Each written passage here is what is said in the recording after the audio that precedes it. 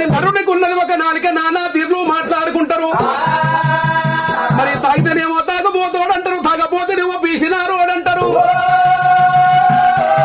మరి ఒర్రితేనేమో ఒర్రుబోతోడంటారు, ఒర్రకుంటేనేమో నల్లి కుట్లోడంటారు. మరి తిరిగితేనేమో తిరుగుబోతోడంటారు, తిరగకుంటారు రండ ఆడదాని లెక్క ఇంటనే ఉంటాడంటారమ్మా. ఒకవేళ తాగిందనుకో ఇలా భార్య పిల్లలు ఎంత చేస్తారని మన ఆడిపోసుకుంటారు. ఈ తాగుడు నాకెందుకు, ఈ తాగుడుతోటి ఆనొస్తుందని సప్పుడేక ఊకున్నాడనుకో 100 రూపాయలు ఖర్చు పెట్టడానికి చెప్పి వాడిని నానా రకాలుగా తిడతారు. మరి తిరిగితే ఎప్పుడు చూసినా బజార్లో తిరుగుతుంటారు, భార్య పిల్లల సంసారం ఎట్లా చేస్తాడని అడుగుతారు.